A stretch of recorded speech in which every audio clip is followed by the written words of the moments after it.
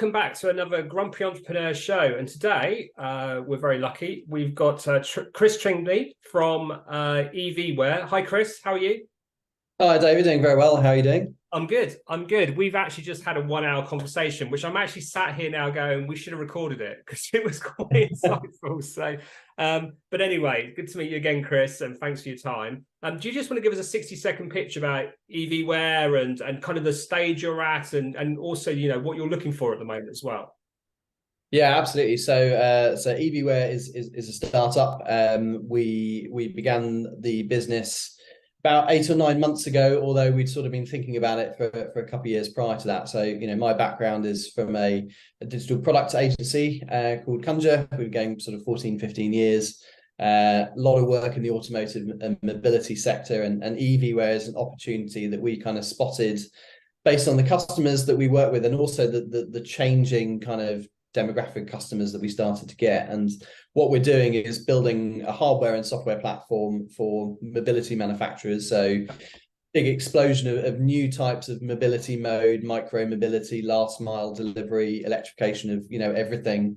And yeah, EVware is trying to bring some of the capabilities that you might find in larger vehicles, you know, more mainstream passenger vehicles around software defined capabilities, connectivity, applications, being able to, you know, make vehicles part of business models, right? And bring that technology within reach of businesses that are working in that space. Okay, brilliant, fantastic, good pitch there. You got a lot in that. Just I think so. So look, you're obviously successful now, but you know, can you tell me a time when things didn't go to plan? Perhaps something humorous story about an epic failure. I mean, I have millions of them. In fact, I always talk about my epic failures more than my successes. So have you got anything you can laugh about now? Yeah, there's a couple of things that I thought about when you mentioned this, and the one that sticks in my mind is, it was a few years ago now, and it was a big client of the agency, and we'd had a very long week up against some deadlines, and we got some stuff delivered.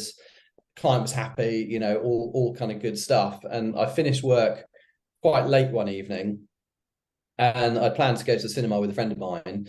And have you seen Gravity with Sandra Bullock? Yes. Anyway, so we watched Gravity. I think the showing started at like 9 p.m. or something. It's like edge of your seat kind of stuff. My palms are sweating by the end of it. You know, it's one of those kind of movies. And then as I came out of the cinema, I turned my phone back on, and it was just like all these messages, just people going wild. And it turned out our web hosting company that had all of our client stuff on there for whatever reason had just shut the account, and everything had closed down. And then this was about 11:30 at night by this point. So it was complete sort of damage control at this point, getting everything turned back on and switched back on. And it was just one of those, I felt like Sandra Bullock at that moment, where everything that could have gone wrong all went wrong in one go, and it was horrendous. And yeah, it's definitely one of those things that, you know, did they open the account again? That's what it's like a cliffhanger.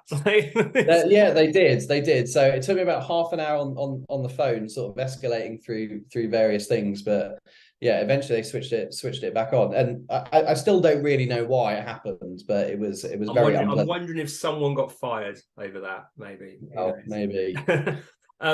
So I was chatting to someone yesterday, and he wants to build a classic car auction in the metaverse. And I was saying to him how developers get carried away. Like software developers, if you give them too much tech, they don't even go the extra mile. They just build too much. Obviously, you guys have been doing a lot of R&D. We were talking about it and building products. Have you ever had an engineer or a team member basically go off on a tangent, like literally just way over there, sort of thing?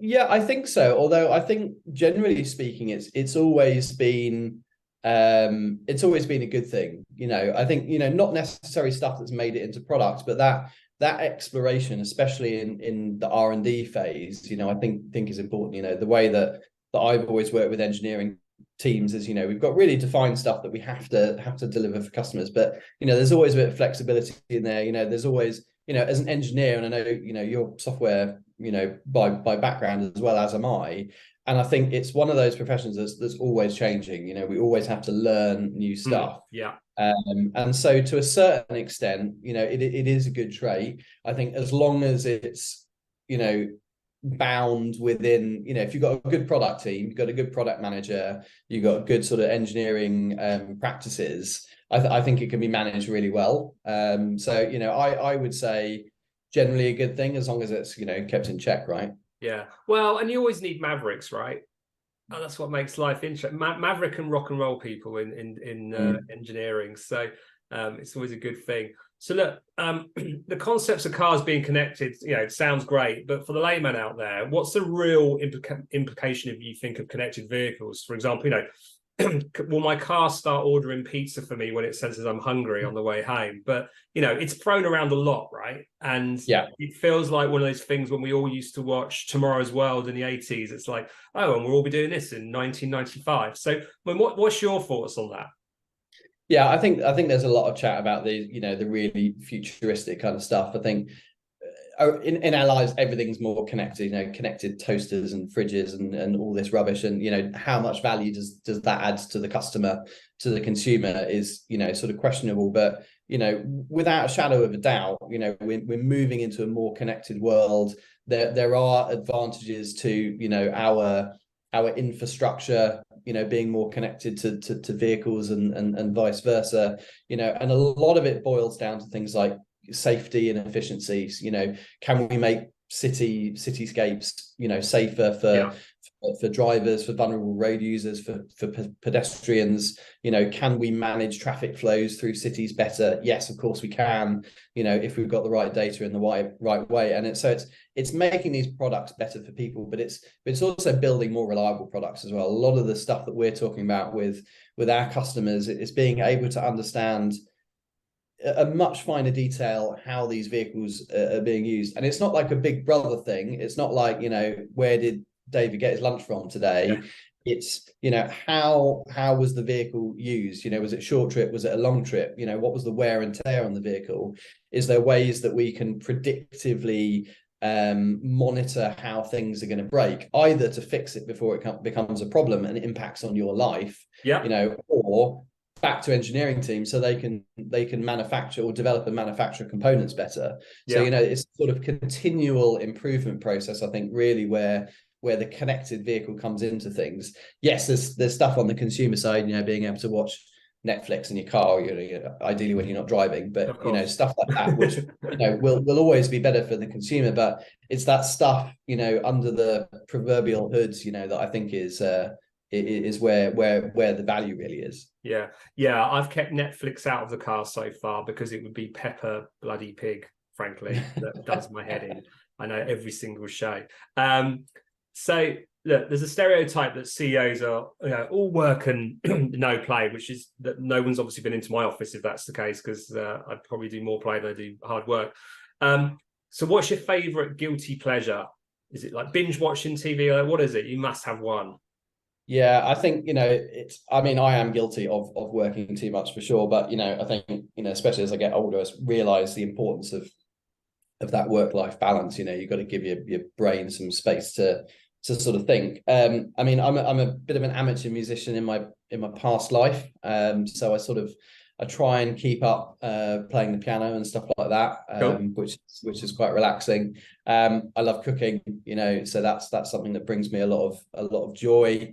And I love cooking for friends and things like that, and sort of entertaining. So and then not to sort of perpetuate the stereotype of CEOs too much, but I'm sort of getting back into golf as well at the moment. Oh, use the golf word.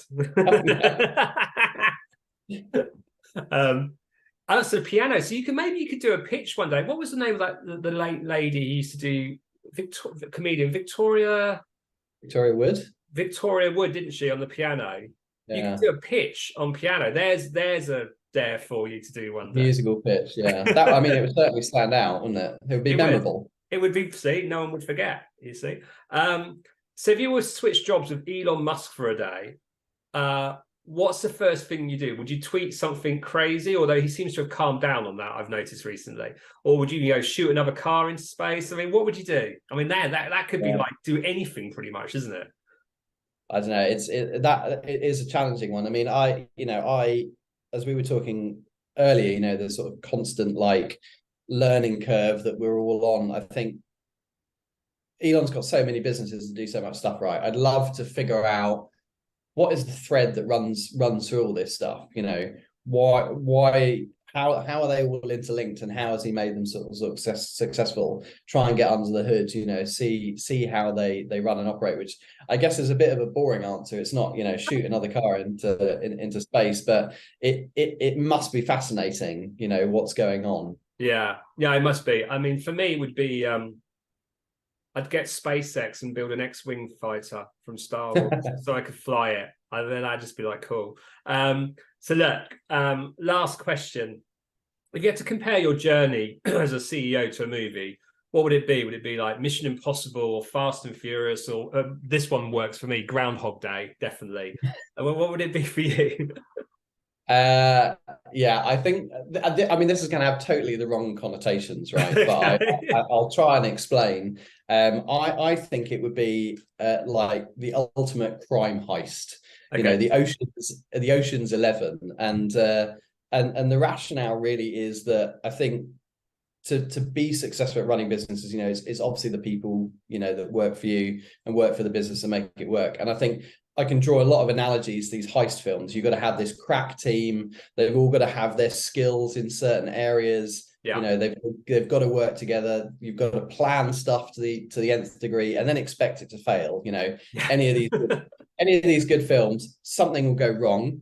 At the worst point, and it's how you work through it, and how you make it better. So I think it's that camaraderie, that sort of sharing and appreciation of skill sets and things that you work with. And I think that Ocean's 11 kind of idea, and it's kind of sexy as well, and it's cool. Yeah, I had a CEO who's no longer with us actually, but he God, this had been the late 90s and dot-com boom, and he once described his business journey as being like the Italian Job, the first version. And there was a moment he goes, I feel like I'm in that bus now, and it's all just in outreach, and it's that moment of like, is it going to go over the top? I'm going to lose my gold. And he was IPOing his business at the time, and so it's not a bad analogy that you used actually, because I recognize it from a conversation a long time ago. But mine's Groundhog Day. I do feel like Bill Murray for like the last 25 years. It's like it's, at some point it's going to crack out of it. Nothing about the startup world, obviously, but so look, Chris, I really appreciate that. I mean, everybody. I mean, Chris, you're raising money at the moment, aren't you? Just as well. Yeah, we are. So did you want to share? So you're doing a seed round. So just fill me on the details again. What you're trying. Yeah. So we've just opened a seed round. We've already closed some money from a couple of angel investments and syndicates. So we're off to a good start. We're raising 2.3 million, which will take us through the next couple of years, get the product into mass production, and delivering units to the customers that we're working on proof of concepts with now. So it's quite an exciting time.